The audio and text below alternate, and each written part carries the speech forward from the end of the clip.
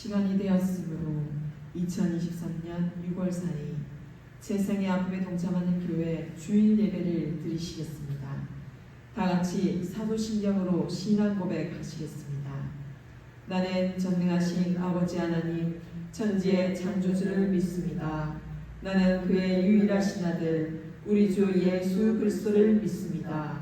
그는 성령으로 잉태되어 동정녀 마리아에게서 나시고 본디오 빌라도에게 고난을 받아 십자가에 못 박혀 죽으시고 장사된 지 사흘 만에 죽은 자 가운데서 다시 살아나셨으며 하늘에 오르시어 전능하신 아버지 하나님 우편에 앉아 계시다가 거기로부터 살아있는 자와 죽은 자를 심판으로 오십니다. 나는 성령을 믿으며 거룩한 공교회와 성도의 교제와 죄를 용서받는 것과 몸의 부활과 영생을 믿습니다. 아멘. 찬송가 292장 찬송하시겠습니다.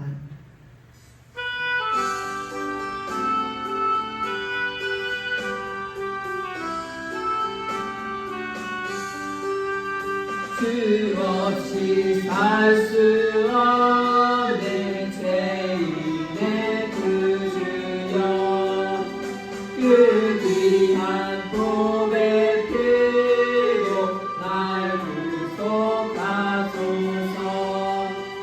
그 주의 사랑으로 흘리신 보혈이 내 소망 나의 위로 내 영광 됩니다.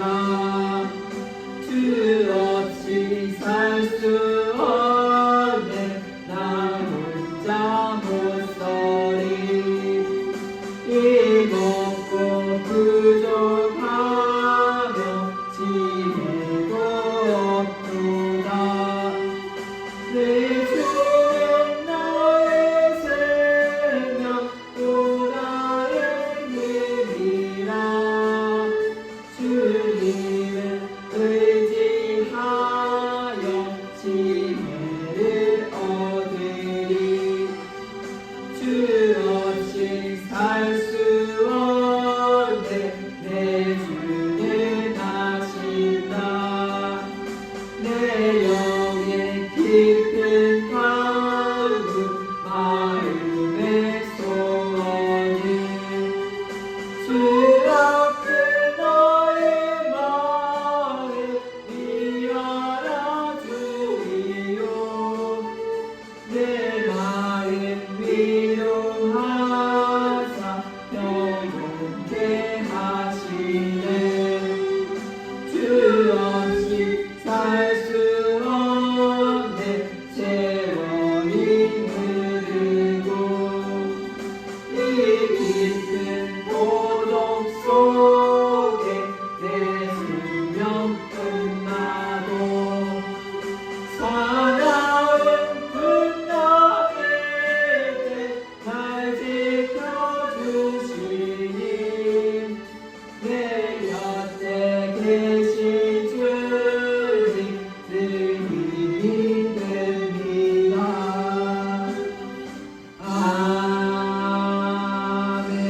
아멘. 신정숙 목사님께서 기도하시겠습니다. 지난 한 주간도 주님의 은혜 가운데 살아가게 하시고 오늘 이 시간 천국잔치 예배를 드릴 수 있도록 인도하여 주신 은혜 감사드리옵나이다.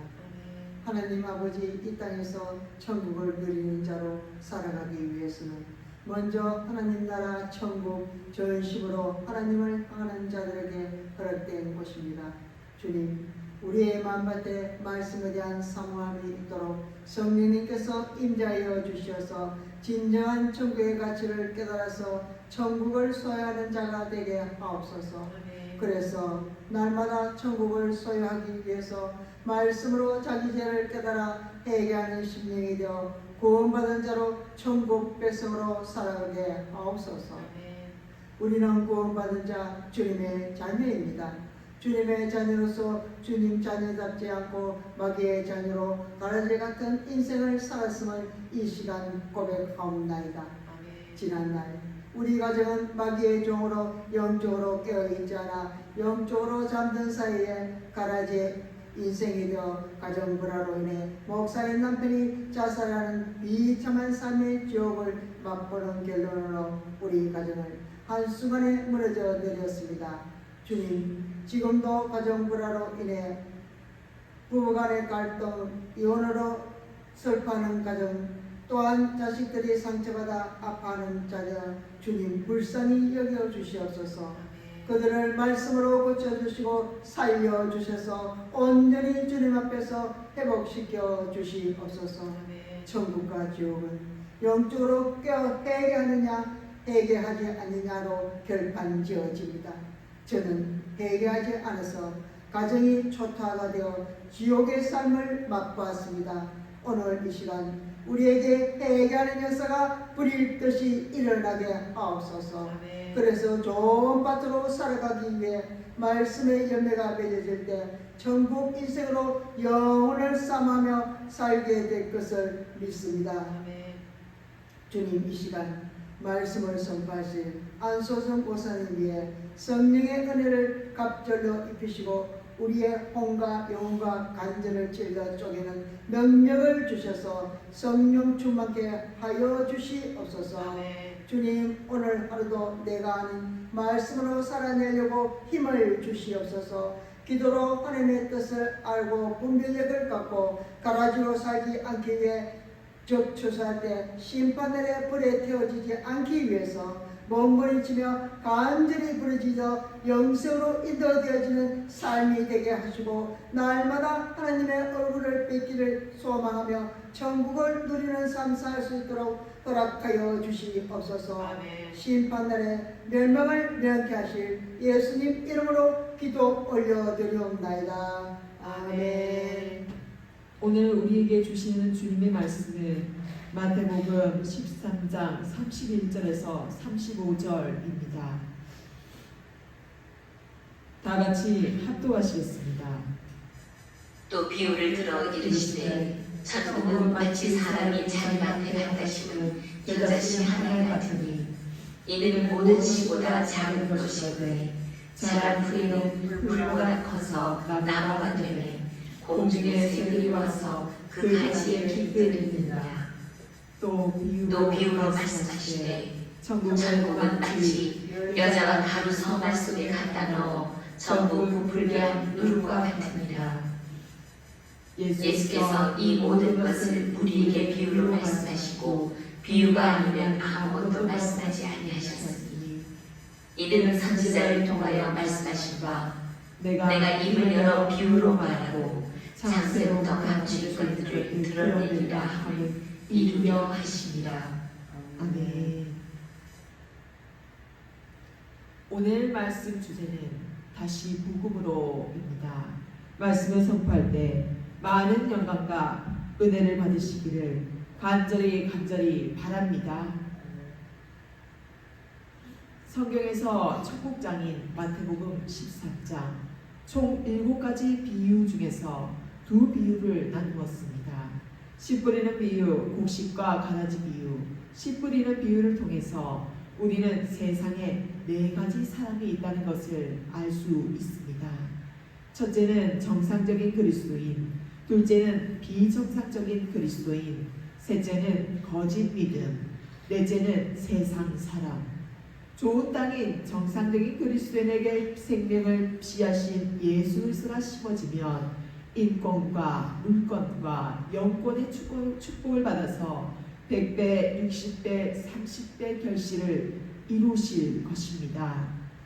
그러나 이때 악한 사탄도 가만히 있지 아니하고 사람들이 잘 때에 슬며시 가라지를 뿌리고 가는 것입니다. 가라지는 독보리입니다. 이를 먹으면 쇼크가 일어나고 구토가 일어나고 심지어 죽게도 된답니다. 그러니 아무거나 먹어서는 안 됩니다. 말세일수록 영적인 분별력을 가지고 생명의 말씀 되시는 예수님만을 아멘 하며 받아 먹어야 하는 것입니다. 오늘은 네 번째 비유인 겨자씨와 누룩 비유를 살펴보고자 합니다. 31절에서 33절 말씀을 보시면 천국은 이란 천국의 나타남을 말씀합니다. 말세가 되면 예수님께서 세상에 다시 오셔서 천년 왕국이 실제화될 것입니다. 이때 우리 모두 천년 왕국에 들어가 천국의 참여자가 되어야 할 것입니다. 이 천국의 나타남 앞에서 주님은 무엇보다 잘한 교회를 칭찬하시고 잘못된 길로 갔던 교회를 책망하실 것입니다.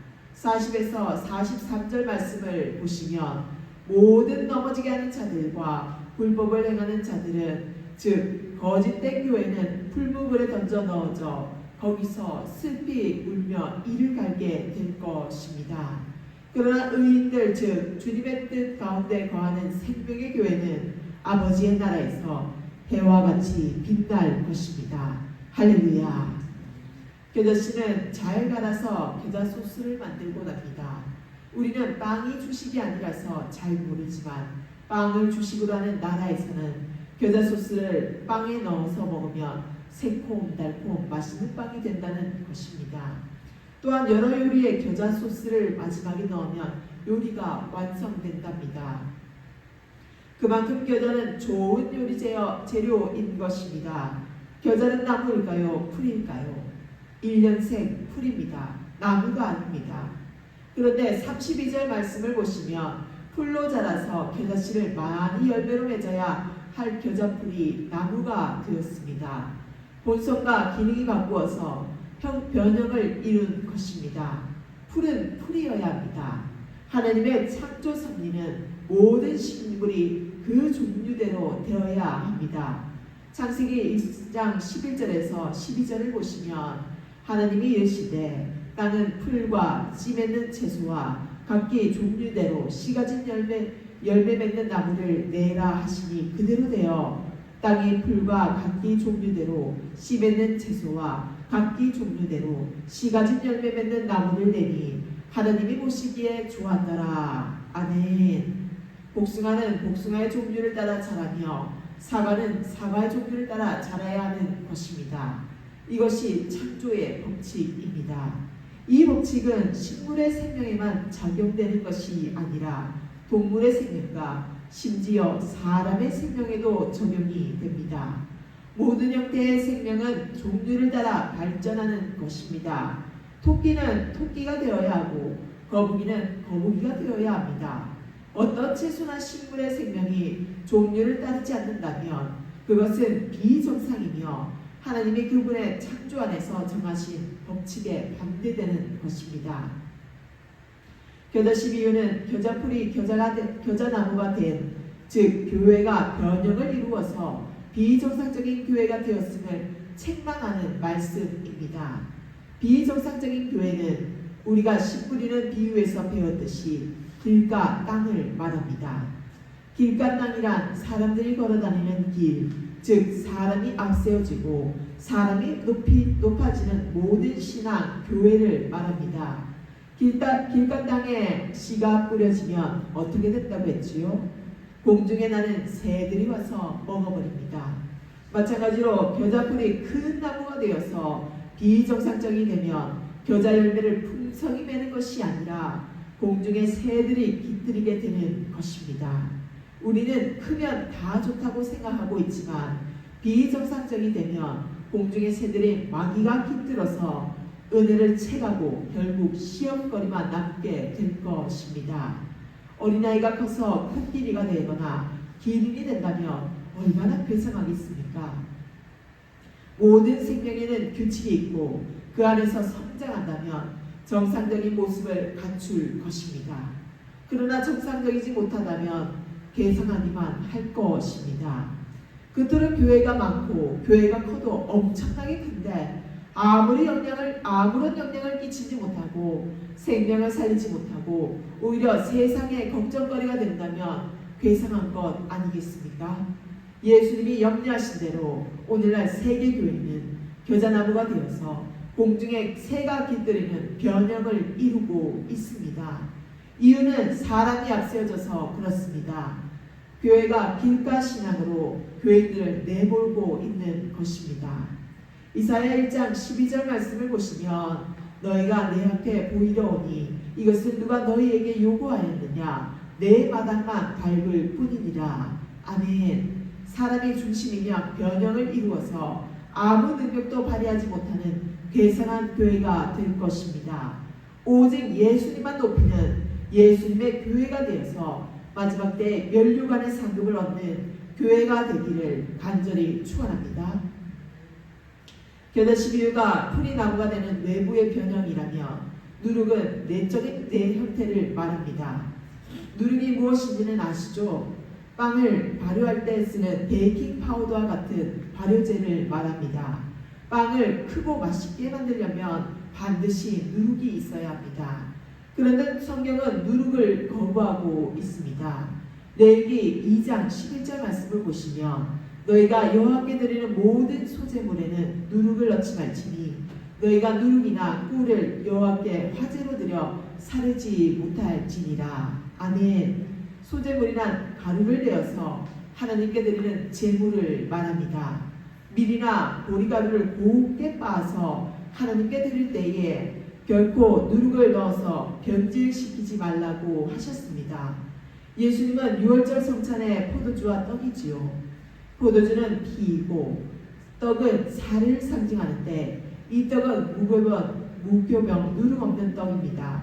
마찬가지로 우리도 누룩 없는 떡이 되어야 합니다.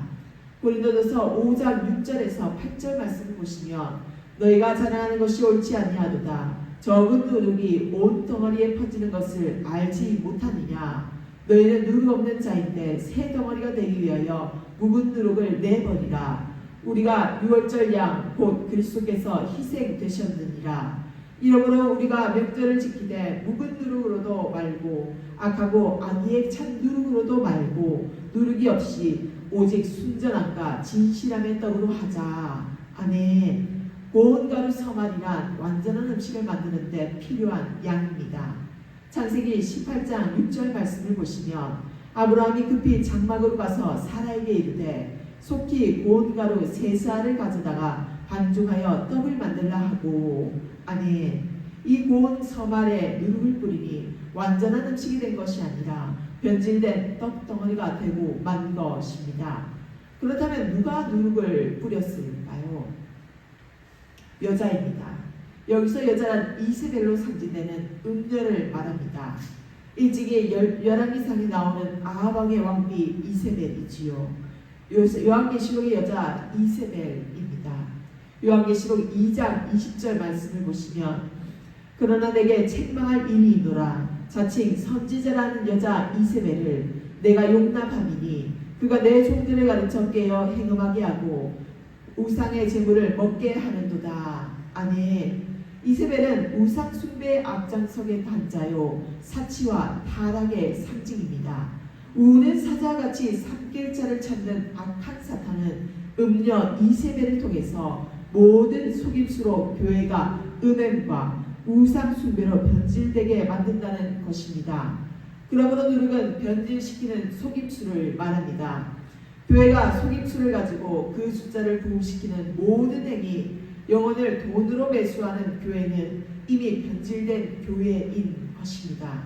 사랑하는 여러분, 지금은 은혜의 시대요 교회의 시대입니다. 그러나 주님이 염려하신 대로 외적으로나 내적으로 변형된 교회가 되고 말았습니다. 로마서 14장 17절 말씀을 보시면 하늘의 나라는 먹는 것과 마시는 것이 아니요 오직 성령 안에 있는 영과 평강과 희락이라. 아멘. 교회가 복음 가운데 영을 추구하는 성령의 전이 된다면 마지막 때 우리는 면류관의 상급을 받을 것입니다. 의를 통해서 의의 면류관을 얻을 것입니다. 평강을 통해서 생명의 면류관을 얻을 것입니다. 희락을 통해서 영광의 면류관을 얻을 것입니다. 첫째, 의의 면류관은 디모데후서 4장 8절 말씀을 보시면 이제 후로는 나를 위하여 의의 면류관이 예비되었으므로 주 곧 의로우신 재판장이 그날에 내게 주실 것이며 내게만 아니라 주의 나타나심을 사모하는 모든 자에게 돈이라. 아멘. 둘째, 생명의 면류관은 야고보서 1장 12절 말씀을 보시면 시험을 찾는 자는 복이 있나니 이는 시련을 견뎌낸 자가 주께서 자기를 사랑하는 자들에게 약속하신 생명의 멸류관을 얻을 것이기 때문이라. 셋째, 영광의 멸류관은 베드로전서 5장 4절 말씀 보시면 그리하면 목자장이 나타나실 때에 시들지 아니하는 영광의 관을 얻으리라. 아멘. 어떤 멸류관을 받고 싶으세요? 따라합시다. 이 모두 요한계시록 4장 4절, 14장 14절을 보자면 금멸류관입니다. 좋은 땅이 되어서 말씀을 품고 말씀을 드러내어 말씀의 열매 맺는 우리가 되기를 원합니다. 세상의 빛이 되어서 제자 삼아 말씀을 나누는 우리가 되기를 원합니다. 겨자풀로만 존재하여 일절 사탄이 틈타지 못하는 영에 속한 생명의 교회가 되길 원합니다. 누룩 없는 떡이 되어서 속사람이 변질되지 아니하고 오직 주님의 순결한 신부가 되길 원합니다. 서울 강남에 가면 국제특허 법률사무소가 있습니다. 사장이 독실한 크리스천이라고 합니다. 그는 교회에서 예배를 드리다가 골수염 치료받는 기적을 체험했습니다. 하나님이 살아계신 것을 체험한 그는 그때부터 뜨겁게 예수님을 믿었습니다. 믿음 생활을 잘하자 하나님이 복을 주셔서 국제특허 법률사무소를 차리게 되었고 사업을 정직하게 경영했습니다. 그는 하나님의 사업장이므로 어떤 상황에서도 욕심을 내어 뇌물을 받지 않고 부정한 방법을 사용하지 않았습니다. 그리스도인답게 오직 믿음으로 정직하고 투명하게 사업을 해나갔습니다. 그의 믿음은 하나님께 영광을 올리는 믿음이었습니다. 그 결과 교회에서도 12조를 가장 많이 드리는 성도가 되었다고 합니다. 여러분, 우리도 하나님께서 원하시는 믿음으로 이렇게 복을 받고 살아야지 않겠습니까? 이런 은혜를 체험하고 이렇게 형통한 삶을 살아야지 않겠습니까? 생사복을 주관하시는 하나님을 인정하십시오. 오직 하나님께 감사하며 하나님께 영광을 올리는 삶을 살아가십시오. 이것이 올바른 믿음입니다. 모두가 하나님께 달려 있습니다. 모든 것이 하나님의 소유입니다. 우리가 아무리 헌신을 하고 충성을 다한다 해도 지극히 당연한 의무일 뿐인 것입니다. 주님의 종들인 우리가 고백해야 할 내용이 무엇입니까? 우리는 무익한 종입니다. 우리의 하여야 할 일은 한 것뿐입니다. 아무리 충성을 했어도 오히려 나는 무익하다고 고백해야 합니다. 당연히 해야 할 일을 했을 뿐이라고 고백해야 합니다. 자기를 사용해 주신 주님께 감사할 뿐이라고 말씀드려야 합니다. 이것이 주님의 일꾼된 자들의 아름다운 자세입니다. 요한복음 3장 30절입니다. 그는 흥하여야 하겠고 나는 새하여야 하리라 하니라. 아멘. 예수님이 길을 예비한 세례 요한을 보십시오. 얼마나 위대한 믿음의 인물입니까? 그럼에도 그는 오직 예수만 흥하고 자신은 새하여야 한다고 고백합니다. 그러니까 아무리 큰 일을 했어도 하나님의 영광을 위해서는 자신이 나타나지 않아야 한다는 것입니다. 그리하여 마침내 주님이 다시 오실 때 잘하였다 충성된 종아 우리의 눈물을 닦아주시며 예비하신 금면류관을 받고 영생을 누리는 우리가 되기를 주님의 이름으로 간절히 바라옵고 소원합니다. 기도하겠습니다.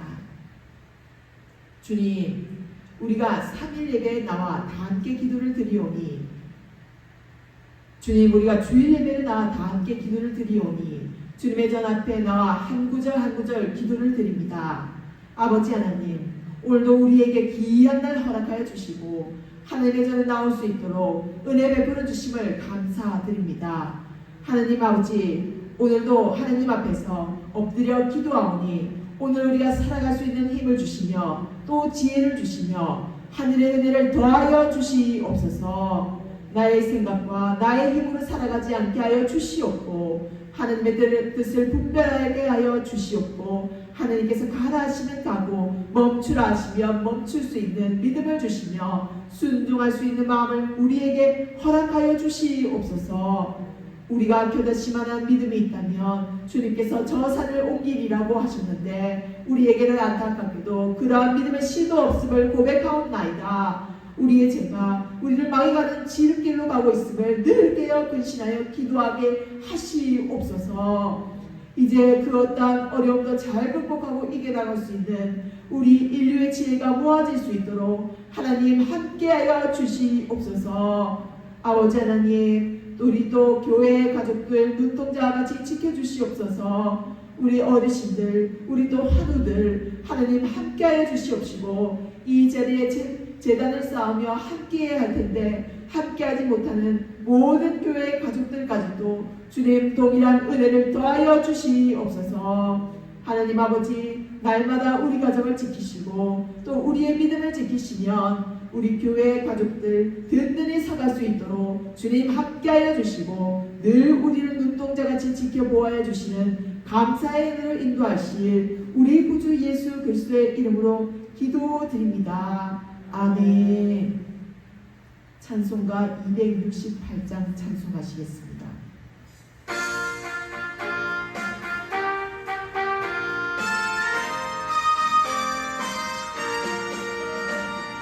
죄에서 자유를 얻게 하는 보혈의 능력, 주의 보혈, 시험을 이기는 승리되니 참 놀라운 능력이로다. 주의 보혈 능력이로다. 주의 피 믿음, 주의 보혈 그 어린 양의 매우 귀중한 피로다.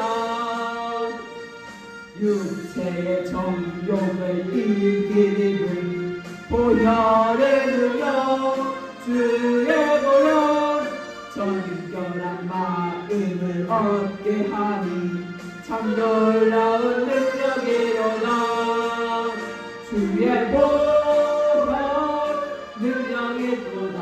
주의 피 믿음, 주의 보혈 그 어린 양의 매우 귀중한 피로다. 눈보다 더 희게 밝히는 것 보혈의 능력, 주의 보혈 부정한 모든 것 밝히시니 참 놀라운 능력이로다. 주의 보혈 능력이로다. 주의 피 믿음, 주의 보혈 그 어린 양의 매우 귀중한 피로다. 구주의 복음을 전할 제목 보혈의 능력, 주의 보혈 날마다 나에게 찬송 주니 참 놀라운 능력이로다. 주의 보혈 능력이로다. 주의 피 믿음, 주의 보혈 그 어린 양의 매우 귀중한 피로다. 아멘. 봉헌기도 드리시겠습니다. 저의 모든 일에 항상 착한 일을 넘치게 하시는 하나님, 지난 한 주간도 저희를 지키시고 보호하셔서 평안하게 살게 하심을 감사드립니다. 오늘도 빈손으로 나오지 않고 적지만 헌금을 가지고 나와 봉헌합니다. 우리의 생명은 주님의 것이고 우리의 삶도 주님께서 주장하시는 줄 믿나이다. 가련한 생명이 희생될까봐 헌신과 봉사를 미루지 말게 하시고 물질이 아까워 인색한 마음으로 드리지 말게 하옵소서. 우리의 생애가 다하는 날까지 넉넉하게 드릴 수 있는 재물의 복을 드려 축복을 받게 하시옵소서. 세상에 대한 미련은 믿음을 손상하고 주님의 안보와 지키심을 미루시게 한다는 것을 깨닫게 하옵소서. 우리는 믿음을 따라 산 신앙의 선진들처럼 더 나은 본향을 바라보고 사는 성도가 되게 하시고 하늘나라의 보물을 쌓게 하여 주시옵소서. 11조원금 1,000번째 각종 감사, 생일, 차량감사, 선교, 주일원금, 꽃꽂이원금, 건축원금을 비롯하여 알게 모르게 돕는 천사 같은 성도의 손길을 받으시고 응분의 축복을 차고 넘치게 베풀어 주시옵소서. 감사드리오며 예수님 이름으로 축복하며 간절히 기도드립니다. 아멘. 여호와께서 집을 세우지 아니하시면 세우는 자의 수고가 헛되며 여호와께서 성을 지키지 아니하시면 파수꾼의 깨어있음이 헛되도다. 너희가 일찍 일어나고 늦게 누우며 수고의 떡을 먹음이 헛되도다. 그러므로 여호와께서 그의 사랑하시는 자에게는 잠을 주시는도다. 보라, 자식들은 여호와의 기업이요 태의 열매는 그의 상급이로다. 젊은 자의 자식은 장사의 수중에 화살 같으니 이것이 그의 화살통에 가득한 자는 복되도다. 그들이 성문에서 그들의 원수와談판할 때에 수치를 당하지 아니하리로다. 지금은 우리 주 예수 그리스도의 은혜와 하나님의 한량없는 사랑과 성령님의 교통하심이 너희 무리와 항상 함께 있을지어다. 아멘.